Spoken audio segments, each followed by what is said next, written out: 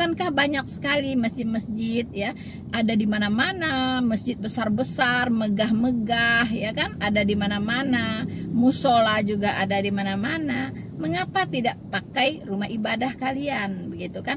Mengapa harus di jalan raya? Maksudnya apa gitu kan? Apa maksudnya gitu? Apakah ingin menyaingi saudara-saudara yang Kristen ya, yang kadang juga beribadah di pinggir jalan, kadang di halaman?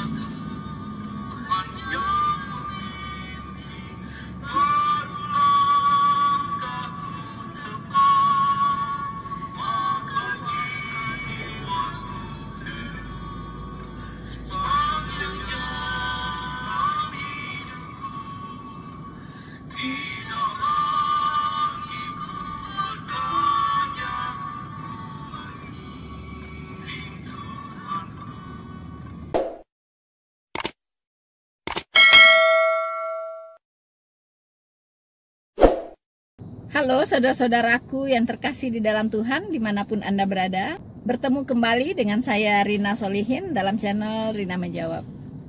Teman-teman, di hari yang cerah ini rasanya rindu sekali untuk berbagi ya dengan teman-teman semua.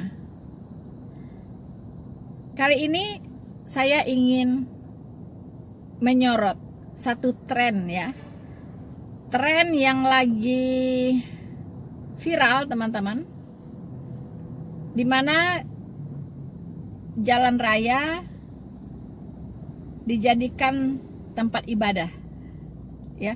Mengapa saya kok sok-sok mengomentari itu gitu? Ya ini karena berhubungan dengan fasilitas publik teman-teman. Dan juga saya melihat ini sebuah aksi yang terstruktur, bukan sesuatu yang spontan tiba-tiba, bukan ya, karena ini satu bentuk aktualisasi diri ya dari saudara-saudara kita sekelompok muslim ya, bukan semua muslim, saya tidak menyamaratakan semua muslim ya, tapi ada sekelompok muslim yang ingin mengaktualisasikan diri ya. Biasanya orang-orang yang haus mengaktualisasikan diri itu biasanya merasa ada ancaman, merasa ada rasa was-was ya, takut-takut kalau dirinya tidak diakui. Makanya dia perlu untuk mengaktualisasikan diri. Ini secara psikologisnya teman-teman. Kita melihat sekitar bulan Maret ya 2022, Malioboro yang biasanya digunakan untuk tempat turis-turis melancong begitu ya, itu adalah fasilitas umum. Tiba-tiba ada kelompok orang mengadakan parade mengaji teman-teman ya di Malioboro, di jalan utama Malioboro. Kalau tidak salah menduduki ya kursi-kursi yang ada di situ. Nah, ini mengapa harus kita sorot ya? Karena ini sebenarnya tidak boleh terjadi ya, tidak boleh terjadi. Mengapa? Karena yang namanya fasilitas umum itu digunakan untuk kepentingan umum ya. Jadi tidak boleh ada sekelompok orang merasa punya kuasa, merasa punya hak lebih ya untuk menguasai fasilitas umum tersebut teman-teman. Bukan masalah mereka mengaji atau mereka mau zikir atau mereka mau sholat di jalan raya atau di tempat-tempat umum ya. Bukan itu, bukan soal mengajinya. Tetapi bagaimana sesuatu ditempatkan pada tempatnya ya. Jadi sesuatu ditempatkan pada tempatnya, ya. Jadi kalau sesuatu ditempatkan sembarangan, nah itu perlu kita koreksi ya, perlu kita koreksi teman-teman. Dalam hal lain, setelah itu ada lagi aksi sholat, ya, sholat di jalan raya, ya, lagi-lagi menggunakan fasilitas umum, dimana orang-orang bisa bisa terganggu ya. Saudara-saudaraku yang terkasih di dalam Tuhan, memang kalau mencari yang aneh-aneh itu banyak sekali di Indonesia ini teman-teman, ya. Jadi saya merasa aneh aja gitu ya. Ada gerakan ya, gerakan yang saya lihat itu semacam demonstrasi ya, demonstrasi mengaji, sholat, zikir di jalan raya ya. Pertama kali itu di Malioboro, kemudian mengikuti di tempat-tempat lain teman-teman. Saya tidak tahu apakah di daerah-daerah teman-teman sudah ada juga ya aksi demo seperti itu. Itu bagian dari demonstrasi sebenarnya, tapi dibungkus dalam bentuk lain, yaitu dalam bentuk ibadah, tapi tetap menggunakan fasilitas umum di jalan raya ya. Itu sebenarnya bagian dari demonstrasi teman-teman. Nah, saya tidak tahu apa yang dituntut ya, apa yang dituntut begitu kan. Nah, saudara-saudaraku yang terkasih di dalam Tuhan, kalau kita lihat respon dari Kepala UPT, yaitu Unit Pelaksana Teknis Kawasan Cagar Budaya Yogyakarta, yaitu Bapak Erwanto, mengatakan bahwa mereka tidak minta izin, ya kan, tidak minta izin. Bahkan Bapak Erwanto mengatakan kalau mereka minta izin pasti kami tidak akan mengizinkan begitu. Ya, jadi bagaimana mungkin ya mengadakan keramaian seperti itu menggunakan fasilitas umum tidak minta izin? Artinya apa? Mereka merasa memang tidak perlu minta izin gitu. Ya, jadi lagi-lagi ingin menunjukkan kekuasaan mereka ya, bahwa mereka itu punya otoritas ya untuk menggunakan apa saja sesuka hatinya teman-teman, tanpa melihat aturan-aturan yang ada. Saudara-saudaraku di dalam Tuhan, Bapak Erwanto mengatakan bahwa Malioboro itu adalah milik masyarakat ya, dan dia tidak akan mengizinkan ya jalan digunakan untuk kegiatan sekelompok agama. Kalau seandainya mereka minta izin, Bapak Erwanto ini tidak akan mengizinkan, karena itu melanggar kepentingan umum begitu ya teman-teman. Setelah itu kita lihat lagi ada yang sholat ya. Sholat di jalan raya teman-teman. Apa sih maksudnya begitu kan? Apa gitu tujuannya gitu ya? Padahal kan banyak masjid ya, masjid ada di mana-mana, juga musola ada di mana-mana, ya kan? Kenapa mereka tidak sholat di masjid? Ya, mengapa tidak mengaji di masjid saja? Mengapa tidak zikir di masjid saja? Toh masjid ada di mana-mana. Nah, ini kan anehnya ya. Pasti ada misi tertentu ya dengan kegiatan ini. Apakah ini salah satu bentuk dakwah? Ya kan? Tapi kalau dakwah dengan cara melanggar fasilitas umum, melanggar ketentuan, ya kan?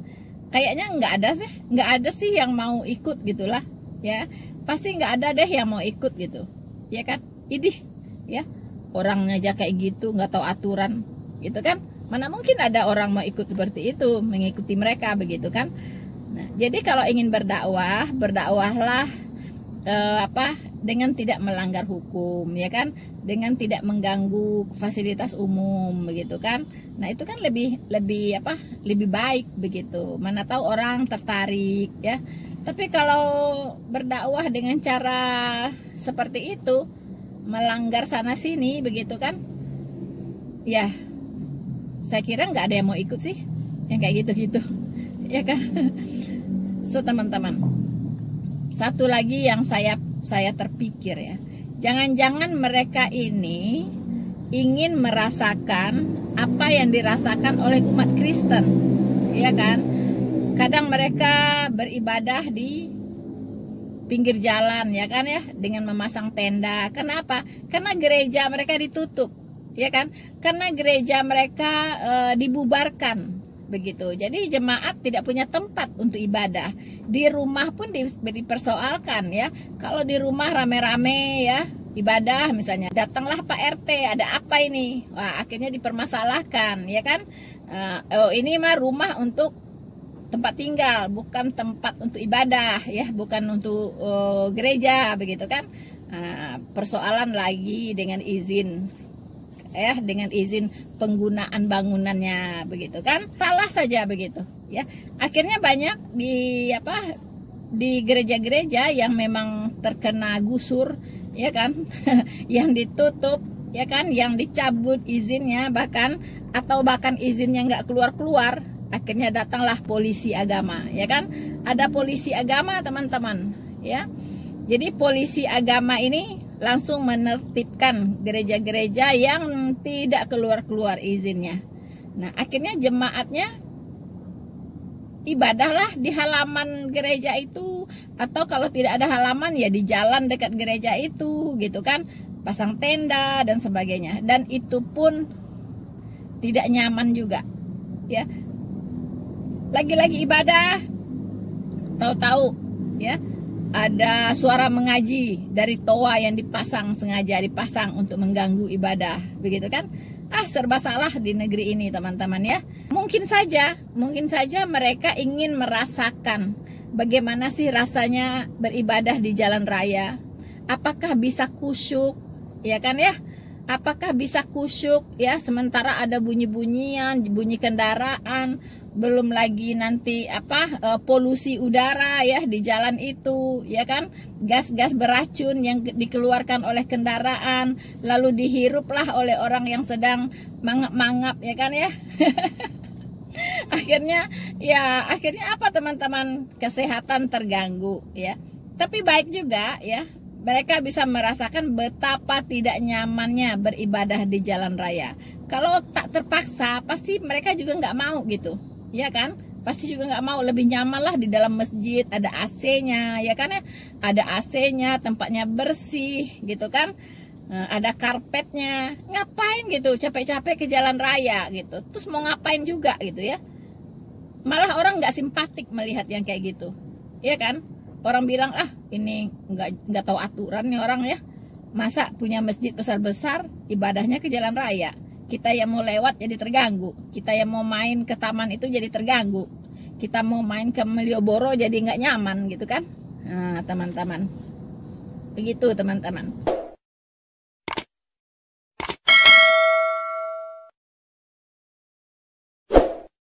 Ya, harapan kita, karena mereka sudah merasakan betapa tidak nyamannya, ya, beribadah di jalan raya, begitu ya. Akhirnya mereka bisa berempati kepada jemaat-jemaat Kristen yang memang terpaksa ya beribadah di jalan raya, di pinggir jalan, ya kan? Karena apa? Ya karena nggak ada fasilitas gitu. Gerejanya sudah disegel, nggak bisa lagi ibadah di dalam gereja, sudah disegel, ya kan? Ya di mana saja akhirnya beribadah, ya, tapi tetap pasti tidak nyaman. Tapi karena semangat, ya, akhirnya mereka juga menjalani beribadah di pinggir jalan, teman-teman. Jadi saudara-saudara sekelompok muslim ini ingin merasakan itu. Mereka berempati, ya, kepada umat Kristen yang memang juga terpaksa beribadah di jalan raya. Tapi mereka bukan karena masjidnya kurang, bukan, ya, karena mereka pengen aktualisasi diri. Tapi teman-teman, sekiranya mereka beribadah di jalan raya itu, ya, atau di fasilitas-fasilitas umum itu karena ria, ya, teman-teman tahu artinya ria? Ria itu artinya ingin ingin mempertontonkan bahwa kami ini orang soleh, ya, orang yang beragama, begitu kan? Nah, lihatlah ini, kami sedang beribadah, ya kan? Lihat dong, kami sedang beribadah, ya kan? Lihat dong, kami sedang mengaji. Lihat dong, kami sedang berzikir, ya. Kalau itu, ya, yang tujuannya, kalau tujuannya adalah tujuan ria, maka mereka harus mendengarkan pengajaran Alkitab tentang berdoa. Kita akan baca Matius 6 ayat 5 sampai 13. Ini juga pembelajaran untuk kita semua, siapapun Anda. Semoga bisa membedakan mana orang-orang yang benar-benar beribadah kepada Tuhan, mana orang-orang yang hanya ingin diakui gitu, ingin terlihat oleh orang lain seolah-olah mereka adalah orang-orang yang bertuhan, begitu ya, orang-orang yang beragama gitu, ya kan? Nah, saya bacakan untuk kita semua. Dan apabila kamu berdoa, ya, janganlah berdoa seperti orang munafik. Mereka suka mengucapkan doanya dengan berdiri di dalam rumah-rumah ibadat dan pada tikungan-tikungan jalan raya. Wah, mereka orang munafik ini sangat senang sekali beribadat di jalan raya, dilihat orang, mereka sangat suka, teman-teman. Jadi kalau orang beribadah tujuannya supaya dilihat orang, itu namanya munafik. Ya, mereka adalah orang-orang munafik. Sesungguhnya aku berkata kepadamu, sesungguhnya mereka sudah mendapatkan upahnya. Ya, jadi Tuhan tidak berkenan ya dengan orang-orang yang beribadah supaya dilihat orang. Ya, jadi hatinya itu sebenarnya bukan tertuju kepada Tuhan, tetapi untuk apa? Untuk supaya orang memuji dia, ya. Orang melihat dia, ya, seolah-olah dia orang yang taat, ya kan? Hanya dialah orang yang punya Tuhan, yang lain nggak punya Tuhan, begitu kan?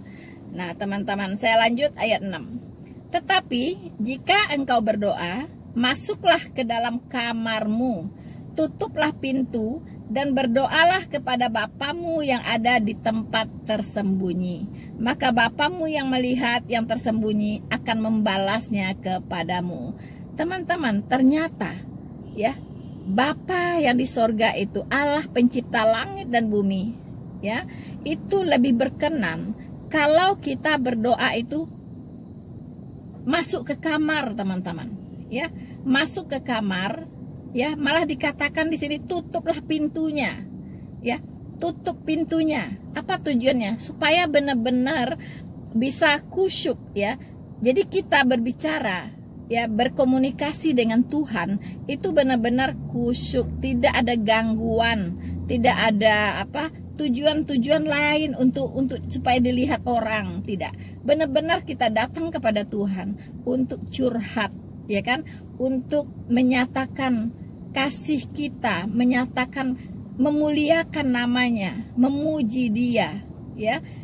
Itu tidak perlu dilihat orang, ya, tapi kita harus masuk ke kamar, kemudian menutup pintu, karena Tuhan itu mendengar, maha mendengar dan maha melihat, ya. Walaupun kita di lubang semut pun, itu Tuhan itu melihat, teman-teman, ya. Dia mendengar apa yang kita suarakan, apa yang kita perkatakan kepadanya, begitu, apa yang kita bawa di dalam doa-doa kita. Jadi tidak perlu berdoa di jalan-jalan supaya dilihat orang. Itu Tuhan tidak berkenan. Tuhan tidak berkenan. Bahkan Tuhan bilang kamu munafik, ya, karena kamu berdoa di jalan-jalan itu supaya dilihat orang. Munafik. Nah, itu tidak boleh, ya. Ayat 7. Lagi pula dalam doamu, ya, lagi pula dalam doamu itu janganlah kamu bertele-tele, ya, seperti kebiasaan orang yang tidak mengenal Allah. Mereka menyangka bahwa karena banyaknya kata-kata doanya akan dikabulkan. Wow, ya. Jadi ternyata Tuhan itu tidak berkenan, ya, untuk doa yang bertele-tele, ya, bertele-tele, ya kan, panjang begitu kan. Kemudian apa? Katanya ini, janganlah kamu bertele-tele seperti kebiasaan orang yang tidak mengenal Allah. Kalau kita mengenal Allah, kita tahu bahwa sebelum kita meminta sesuatu, itu Tuhan itu sudah tahu apa yang kita butuhkan. Jadi sebenarnya tidak perlu ya doa yang panjang-panjang bertele-tele begitu, tidak perlu. To the point saja kalau dengan Tuhan. To the point ya. To the point saja. Apa yang dirasakan, apa yang dibutuhkan, Tuhan sudah tahu. Begitu. Bahkan di dalam doa-doa kita, sebenarnya kita lebih banyak itu seharusnya mengucap syukur ya, mengucap syukur atas apa yang sudah kita terima ya dari Tuhan, terutama anugerah keselamatan yang sudah kita terima itu harus kita ucapkan syukur setiap kali kita berdoa. Ya, kita yang berdosa yang seharusnya binasa, tetapi karena kasih karunia Tuhan, kita dilayakkan, kita dikuduskan, kita dibenarkan, kita disucikan ya, supaya layak untuk menjadi anak-anak Allah, dan kita layak untuk bersama-sama dengan Allah di sorga kelak. Jadi teman-teman ya, kita beda, cara berdoa kita beda ya. Doa kita so simple, dibuat sesimpel mungkin, karena Tuhan itu sudah tahu gitu apa yang kita butuhkan, apa yang ada di hati kita. Karena Allah kita itu maha tahu, dia maha melihat, dia maha mendengar, ya kan? Jadi tidak perlu doa yang bertele-tele. Nah, saya lanjutkan ayat 8. Jadi janganlah kamu seperti mereka, karena Bapamu mengetahui apa yang kamu perlukan sebelum kamu meminta kepadanya. Tuh kan? Ya. Jadi janganlah doa itu bertele-tele. Ya, seolah-olah dengan doa yang panjang bertele-tele itu Tuhan akan mengabulkan. No, ya. Karena apa? Karena Bapa kita itu sudah tahu apa yang kita perlukan, apa yang kita butuhkan sebelum kita meminta kepadanya. Luar biasa, ya. Luar biasa Tuhan kita. Ayat 9. Karena itu berdoalah demikian. Ya. Bapa kami yang ada di sorga, dikuduskanlah namamu. Datanglah kerajaanmu, jadilah kehendakmu di bumi seperti di sorga. Berikanlah kami pada hari ini makanan yang secukupnya, dan ampunilah kami akan kesalahan kami, seperti kami juga mengampuni orang yang bersalah kepada kami. Dan janganlah membawa kami ke dalam pencobaan, tetapi lepaskanlah kami daripada yang jahat. Karena engkaulah yang empunya kerajaan dan kuasa dan kemuliaan sampai selama-lamanya. Amin. Ya, inilah doa Bapa kami. Ya. Nah, teman-teman, sebenarnya kita berdoa tidak terbatas kepada doa Bapa kami, ya. Tapi inilah intinya, ya. Intinya ya, kita ini memuji Tuhan terlebih dahulu. Iya kan? Memuji Tuhan terlebih dahulu, bersyukur kepada Tuhan. Ya, jadi kita harus mengerti konsep dari doa ini. Kata-katanya boleh berbeda, tapi konsepnya yaitu berisi pujian terhadap Tuhan. Ya kan? Kemudian berisi ucapan syukur kepada Tuhan. Ya kan? Kemudian berisi permintaan kepada Tuhan apa yang kita butuhkan, tapi jangan bertele-tele, karena Tuhan sudah tahu apa yang kita butuhkan. Ya, itu saja isi dari doa kita. Pujian terhadap Tuhan, kemudian mengucap syukur atas apa yang sudah kita terima dari Tuhan, dan kemudian kita meminta apa yang kita butuhkan dengan kata-kata yang simple. Saudara-saudaraku yang terkasih di dalam Tuhan, jadi janganlah kita seperti orang-orang munafik, ya. Janganlah kita seperti orang-orang yang tidak mengenal Allah. Janganlah kita beribadah hanya untuk dilihat orang. Janganlah kita beribadah ya supaya dipuji orang. Janganlah kita beribadah untuk tujuan-tujuan ria. Semua orang menilai kok. Orang bisa tahu mana orang munafik, mana yang bukan. Ya, seperti yang dikatakan di Matius 23 ayat 27 sampai 28. Celakalah kamu, hai ahli-ahli Taurat, ya, dan orang-orang Farisi, ya. Hai kamu orang-orang munafik, sebab kamu sama seperti kuburan yang dibalur putih, ya. Yang sebelah luarnya memang bersih tampaknya, tetapi yang di sebelah dalamnya penuh tulang belulang dan berbagai jenis kotoran. Nah itu ya, jadi seperti kuburan yang dilabur putih. Kalau kita lihat ya, kalau di Eropa ya teman-teman, itu kuburan itu tempat orang piknik, ya kan? Jadi bukan sesuatu yang mengerikan begitu ya. Itu ditata sedemikian indahnya, sehingga kalau kita mau JJS, jalan-jalan sore, ya bisa ke kuburan-kuburan itu begitu kan. Jadi seperti taman saja. Kalau di sini ya seperti Beverly Hills ya. Nah itu bagus ya teman-teman. Tapi jangan salah teman-teman, di dalamnya itu ya, itu adalah tulang belulang, ya kan? Tulang belulang dan berbagai jenis kotoran, ulat belatung, ya kan?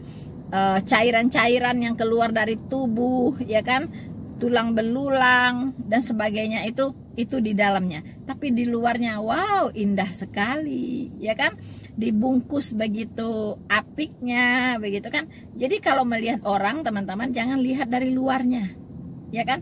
Wow, dari pakaiannya sepertinya agamis sekali ya, atribut-atribut yang dia pakai, wah sepertinya orang ini orang baik, begitu kan. Wow, dari atribut-atribut yang dia pakai sepertinya orang ini orang yang alim, ya. Jangan menilai orang dari luar, ya. Tapi nilailah orang itu dari perkataannya dan perbuatannya, teman-teman, ya. Dari jalan pikirannya seperti apa, ya. Nah, jadi teman-teman, orang-orang munafik ini seperti kuburan berbalur putih. Di luar kelihatan oke, di dalamnya semuanya ya kotoran, tulang belulang dan sebagainya. Ya. Kemudian ayat 28, demikian juga kamu.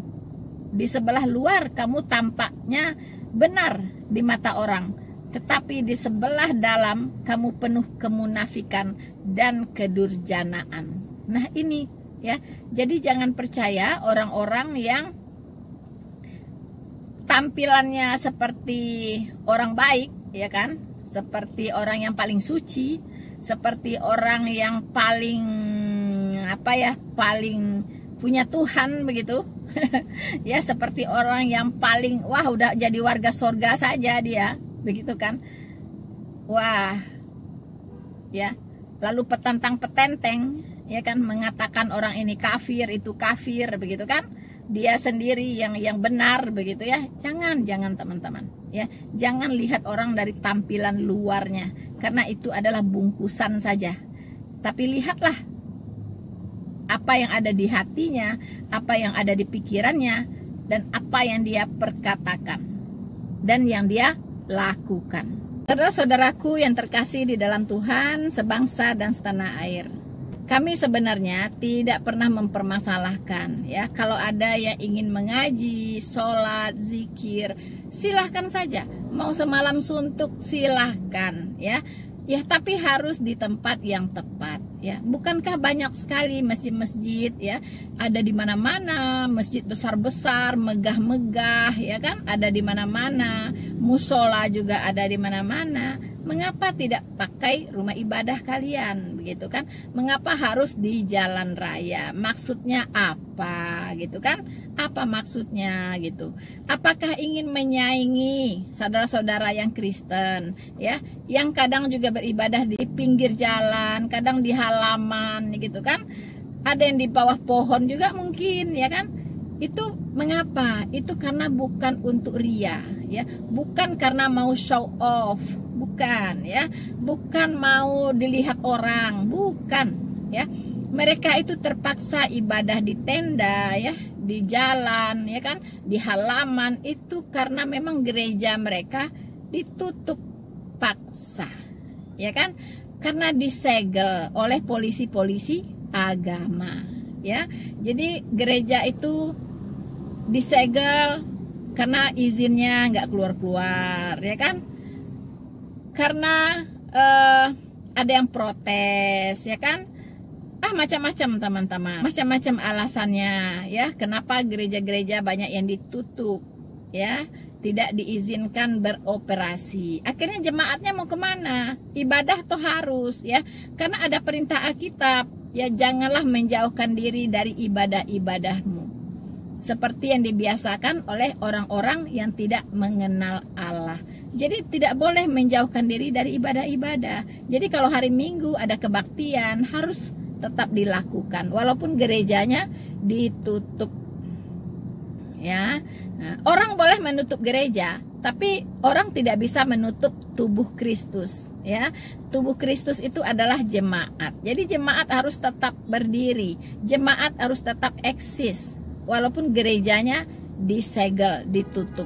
Karena itulah mereka kadang beribadahnya di halaman, ya kan? Kadang ibadahnya di pinggir jalan, pakai tenda, ya. Kita banyak sih melihat banyak di media sosial juga di posting-posting, ya kan? Nah, teman-teman, kalau Anda mau, ya, daripada beribadah mengganggu ketentraman umum, mengganggu fasilitas umum, ya kan? Bagaimana kalau tukeran, ya, tukeran, setuju nggak? Jadi teman-teman Kristen, saudara-saudara Kristen yang terpaksa beribadah di jalan, di pinggir jalan, atau di halaman, atau di tempat terbuka begitu, karena Anda juga tertarik untuk beribadah di jalan raya, bahkan di tempat-tempat umum. Nah, kalau memang nyaman beribadah di jalan raya dan di tempat umum ini, sholatnya nyaman di sana, ngajinya juga nyaman di trotoar, ya kan, menghadap ke jalan, nyaman gitu kan, ya udah teruskan saja begitu. Nah, nanti saudara-saudara yang Kristen, ya, saudara-saudara Kristen ini biarlah beribadah di masjid kalian daripada kosong, ya kan, ya kan. Biarlah yang saudara-saudara Kristen yang beribadah di luar ini, yang gereja mereka sudah ditutup, beribadah di masjid begitu, ya, daripada kosong, nggak ada yang sholat, yang ngaji di sana, semua mau ke jalan begitu kan, ya udah tukeran begitu, ya, daripada kosong masjidnya gitu teman-teman, ya. Bolehlah Anda pikirkan masukan ini, mungkin baik, ya, mungkin bagus juga, daripada terlalu banyak yang ibadah di jalan, nanti ada lagi di mana ya, jadi ikut-ikutan semua, ya. Jadi jalan raya semua udah tempat ibadah lagi trendy, ya, lagi tren ini, ibadah di jalan, ngaji di jalan, zikir di jalan, ya kan, lagi tren. Ada kegerakan rohani, ya kan. Kegerakan rohani, ibadah di jalan raya begitu, ya. Nah, jadi saudara-saudaraku, silahkan ya dipertimbangkan apakah kita akan tukeran saja, Anda beribadah di jalan, dan teman-teman saudara-saudara Kristen yang memang terpaksa karena gereja mereka ditutup, terpaksa di jalan, mereka boleh dong beribadah di masjid saja daripada tidak dimanfaatkan, kan sayang begitu, ya. So teman-teman, oke. Sekian dulu yang bisa saya tanggapi tentang fenomena ajaib yang terjadi akhir-akhir ini, teman-teman, ya. Semoga bermanfaat, ya. Semoga bermanfaat dan kita dijadikan manusia-manusia yang berpikiran waras, sehat, jasmani dan rohani, ya, supaya bangsa dan negara ini menjadi lebih baik. Tuhan Yesus memberkati kita semua. Maranatha.